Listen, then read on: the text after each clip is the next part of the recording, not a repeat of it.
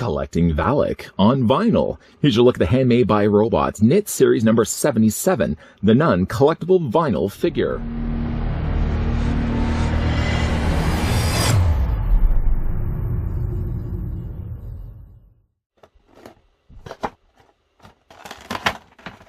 The Nun is an officially licensed figure by Warner Brothers. It stands approximately 5 inches tall and perfect for display or play. Our friendly robots designed this figure to make it look like knit fabric at a glance, but it's actually made of vinyl. Apparently nuns like to hand knit their own items. From what I've heard, though, it's a hard habit to break. Crickets. Before we get a closer look, though, at the Handmade by Robots, I thought that wasn't that bad. Handmade by Robots Knit Series number 77, the Nun. Let me send out a big thank you to the folks over at Handmade by Robots, who are possibly even making their own outfits by hand, who provided this sample of the Nun that we could have a look at in this video. Grabbing now the tape measure. Taking it to the very top of the Nun's head, we're going to start things in reverse here, because generally I always look at inches first, but we're going to look at centimeters this time around. Send a little love to the centimeter people out there, like myself. The Nun in centimeters is 11 centimeters tall, and then to flip that around, you're looking at the vinyl figure being about 4.5 inches in height. Where did we leave off on the Knit Series vinyl figures? Somebody asks right now. Good job reading the script, by the way. This is where we left off. The first figure we had a look at was the Ghostface from Scream. Really liked the look of that figure. Just recently, we also had a look at the Pretty Lady Leatherface. And just recently also as well, we had a look at Pennywise. Let's just move everybody around so they can get better acquainted. Now, when comparing these, it still seems like Pennywise is perhaps the shortest. Nun is just a little bit taller than the Leatherface. And I guess when you factor in the hood that she's wearing, or he's wearing, it's about the same height, give or take, as the Ghostface, the first figure that we had a look at. Valak does follow the same formula as the Knit Series vinyl figures we've looked at earlier, in the sense that when you pick him up, located on the back, there's a rubbery tag here. It says Handmade by Robots, and there's a nice little barcode with robots sandwiched in between. And again, this is supposed to look like those felt tags that you would see on stuffies. That's what my daughter always calls them, stuffies. She must have like 1,000 of them, and I'm not even exaggerating either. The bottom of the tag is blank. However, though, just adjacent to that, I'm going to spin this around so you guys can see. Just above that, you've got the Nun, and all related characters and elements are trademark Warner Brothers. Down below, there's a stamp, and I love the fact that they include this on all the vinyl figures. A seal of approval that this specific robot signed off and said that this one was A-OK. And I'm A-OK with that as well. Just above that, there's a breathing hole. Not so much that Valak can breathe, because she's vinyl after all. She doesn't have the need to breathe. But this is just also to show you as well that she is hollow. You could squeeze Valak and realize right away that it's more of a softer vinyl that they ended up using for her/him. It's a nice little version of Valak. Very creepy as well. This one does use the button eyes, similar to what we did get with both the Pennywise and the Leatherface. Ghostface never got the button eyes, but still made for a really nice looking vinyl figure. This one has the piercing eyes done in yellow. And just to show you a contrast, Pennywise was kind of more of a warmer yellow. I got to say, like, the lighter yellow works so much better here for a character like Valak. It does work well for Pennywise, the colors that they went with, but I would definitely be more happier with the lighter color yellow that they ended up going with, and so glad that they did. Something you may be able to see, hopefully the camera is able to zoom in far enough in. You can see and make out that there's the stitching, the threading that have gone through the eyelets. Is that what they call them for buttons? The little holes that you feed the thread through? Eyelets? Possibly. I might even be wrong by that too. I do like also the little trailing string of gray that they've actually ran through the front of the one eye. Doesn't have it on this side, so there's a nice little scarring that they've got there. I can't tell quite looking at the head sculpt, with the mouth at least, whether it's supposed to be just darker areas around the lips, because when you're looking at it and you have the light hitting it the right way, in fact, you can make out that there is a pair of lips, a top and a bottom one. And yet, when you're looking at it from a distance, I don't so much see lips. What I do see is a nun shrieking at me, which makes things even scarier on her. She does have, of course, the necklace featuring the cross down below here. I think they also could have done similar to when I commented. Which review was it? Oh, it was the Pennywise. The fact that they could have made the hair look more like yarn. I think they would have also been able to nicely go in here and kind of thread up the cross. I guess the cross doesn't have to necessarily be yarn. We don't have to look at this and just assume that everything on these dollies are supposed to be made of yarn. There's possibilities as well that if somebody's making these, selling them at Crafters Market, seriously, if you are making these at Crafters Market, give me a call. That's the universal gesture for give me a call. Give me a call. I would certainly like to pick up some of those. But yeah, I would imagine like not all of this necessarily is made of yarn. The button eyes certainly are made of plastic, so it'd be not that hard to remove the idea that they would probably have used like an actual cross piece, and that would just be wrapped around her neck. The coloring is also nice too on the face. You've got a more of a darker gray against the more veil color of the white that they've got around it, so it's a nice little contrast. It doesn't have the same consistent color. I do like the fact that they went with more of the darker gray. And of course, all the similar sort of elements as what we've seen before with these knit series vinyl figures is that looking at it, I mean, you would swear.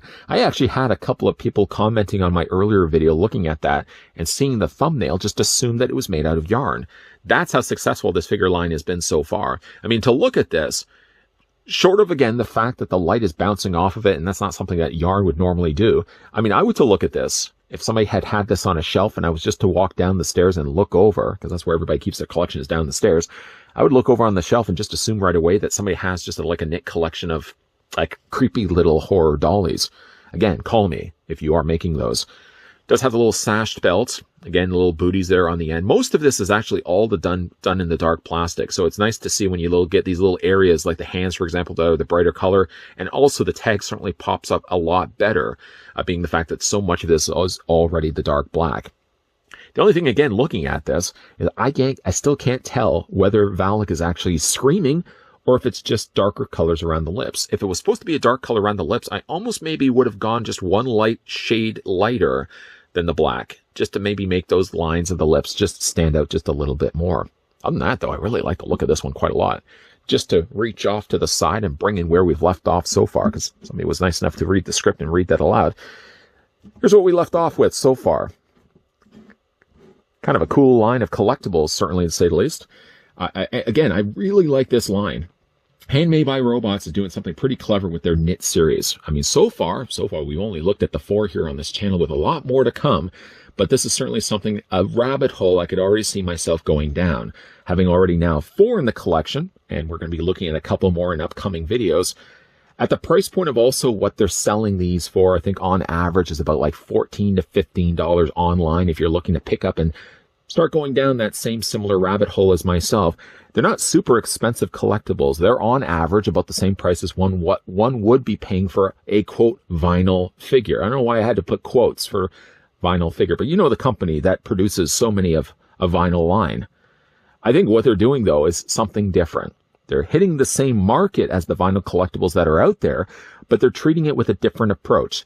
Something I think that's catching the eyes of collectors, that these aren't just your everyday collectible vinyl figures. There's something different, there's something unique, and there's something very, very clever indeed. The face on Valak is the thing that lingers the most long after you finish watching The Conjuring 2.